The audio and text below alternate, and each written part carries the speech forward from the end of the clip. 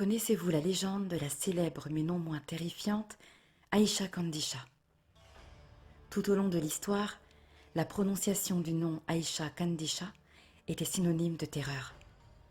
Les enfants pensaient même qu'en prononçant son nom 3 fois devant un miroir, elle apparaîtrait, non sans nous rappeler un certain Candyman. Ainsi, de nombreuses soirées d'épouvante commençaient par ce rituel, mais seuls les plus téméraires acceptaient de relever le défi. Les parents, eux, à l'instar du grand méchant loup, promettaient à leurs enfants désobéissants de faire appel à Aïcha Kandisha, troquant ainsi la peur suscitée contre une obéissance dévouée. L'imaginaire populaire marocain en est d'ailleurs très fertile.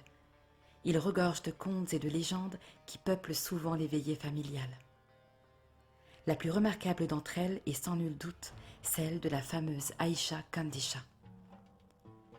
Personnage tant fascinant qu'effrayant, à la fois ambassadrice des djinns, diablesse mi-humaine mi-démone, femme adultère aux pieds de Chamel ou vaillante cheftaine de la résistance, Aïcha, avec ses compères Bourou, Boukencha et Baal Roul, pour ne citer qu'eux, a pendant longtemps hanté nos cauchemars d'enfants. On dit que celle dont il ne faut pas prononcer le nom, au risque de la voir apparaître, habiterait rivières et lieux solitaires, à la recherche d'hommes célibataires à dévorer. L'attraction qu'elle dégage serait si puissante qu'elle rendrait fous ceux qui la croiseraient et que nulle âme ne pourrait lui résister. Alors qui est-elle? A-t-elle réellement existé ou s'agit-il d'un énième mythe issu de l'imaginaire collectif? Laissez-moi vous conter la légende d'une comtesse maudite par l'histoire dont la simple évocation fait encore frissonner les plus vaillants d'entre nous. Établir le véritable mythe de Madame Kandisha est une tâche bien difficile, tant celui-ci diverge en une pléthore de versions qui varient d'une région à l'autre. Néanmoins, et au-delà des différentes fabulations colportées, tous les récits s'accordent, la souveraine du panthéon démoniaque marocain est décrite comme une femme d'une envoûtante beauté, à la peau blanche et aux longs cheveux noirs. Elle aurait vécu au XVIIIe siècle, à Mazagan, à l'époque de l'occupation portugaise. Une première version de sa légende veut qu'elle était une comtesse lusitanienne. Le nom de Kandisha serait d'ailleurs une déformation faite par les autochtones du mot condessa, comtesse en portugais. Capturée par des corsaires marocains, elle aurait été vendue à un notable dont elle tomba éperdument amoureuse. Elle l'aurait épousé selon la tradition coranique et aurait pris pour nom musulman Aïcha, faisant d'elle Aïcha la Condessa.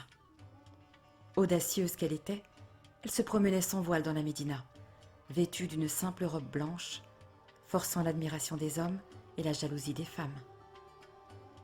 On raconte que son attrait était si puissant qu'elle rendait fou tous ceux qui la croisaient.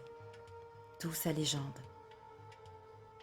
Une seconde version fait d'Aïcha une femme marocaine, issue d'une tribu amazigh de la région de Mazagan.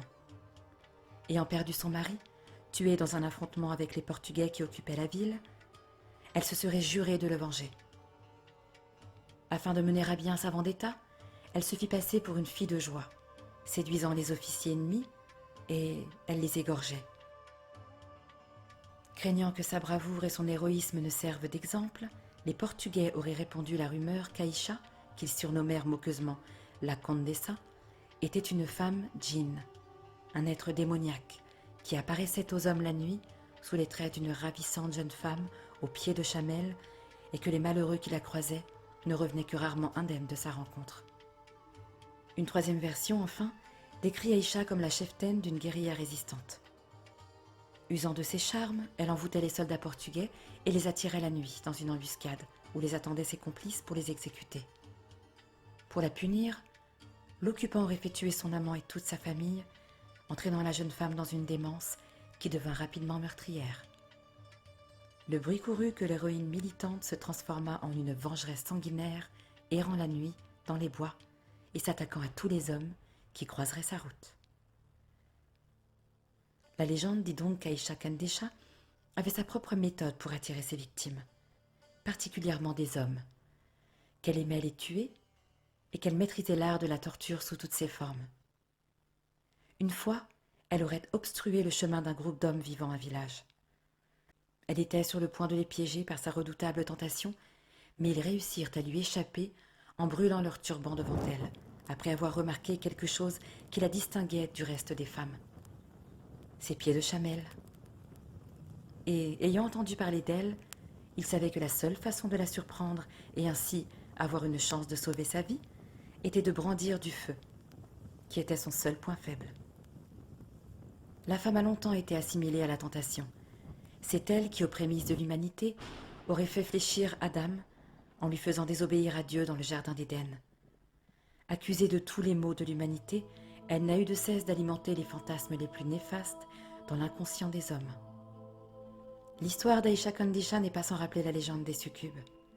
Ce démon judéo-chrétien féminin qui séduit les hommes et abuse d'eux durant leur sommeil et leurs rêves. Des légendes racontent que le succube prendrait l'apparence d'une femme défunte, faisant croire à sa résurrection pour abuser des hommes.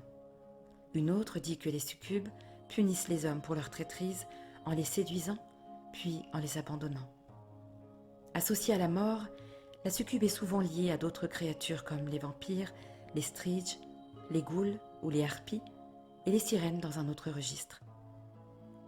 Les vampires femelles s'apparentent plus à la succube, vu leur côté séductrice fatale, mais leur point commun s'arrête là.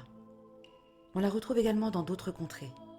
En Hongrie, la Szeged est une sorcière qui, lors de l'union avec ses victimes, les étouffe puis les transforme en chevaux volants. Dans les Antilles, on la retrouve sous le nom de Dorlis. En Sibérie, on la nomme Yakout. Dans les contes arabes anciens, on évoque un démon femelle qui, elle aussi, s'infiltre dans les rêves des hommes pour les troubler. Dans la littérature arabe ancienne, le succube est connu comme un démon femelle qui dérange les hommes pendant leur sommeil et les accompagne dans leur lit. Au Maghreb, on les appelle El Djinn El Ashik, ce qui signifie le djinn ou le démon amoureux qui habite le corps d'une personne. Ils sont mariés dans le monde des rêves avec la personne possédée. Dans les Aurès, El Adjeni s'attaque aux femmes et les Tadjénites aux hommes. Chaque succube et incube étant attachés à une seule personne. On les appelle aussi plus vulgairement les djinns amoureux. Ils seraient les djinns dont on aurait le plus de mal à se débarrasser. Une rokia, que l'on pourrait appeler désenvoûtement, ne suffit pas toujours tant il s'accroche à la personne qu'il possède. Dans la religion musulmane, ces djinns amoureux pourraient s'attacher à une personne qui ne fait pas attention à sa pudeur ou encore qui ne prendrait pas le temps de réciter certaines invocations de protection. Ces succubes serviraient Lilith, première femme moitié démon. Elle incarne le mal, l'impureté, mais est aussi symbole de féminité. Ce que dit la légende, et rappelons que ce n'est qu'une légende servant les desseins d'hommes mal intentionnés, voulant à tout prix faire du féminin le symbole du mal, elle aurait été créée avec Adam de la même manière que lui et non d'une de ses côtes, comme dans les récits religieux. Le rôle de Lilith était d'être son égale et non le contempler comme le fit Ève. Seulement, du fait de son égalité, Lilith finit par se disputer avec Adam, prônant sa supériorité. Rappelant leur création égale et se tournant vers son créateur, Lilith n'eut aucune réponse de ce dernier. Elle prit cela comme le fait que son créateur donnait raison à Adam et s'enfuit. Dieu la maudite, en faisant que chaque jour, 100 de ses enfants mourraient, jusqu'à ce que ses 3 anges, Sénoï, San-Sénoï et Semangelov, la retrouvent. Ils y parvinrent, mais elle refusa de revenir, quitte à subir cette lourde malédiction. Comme ils insistèrent, elle jura que chaque fois qu'elle regarderait un des anges, le nourrisson survivrait.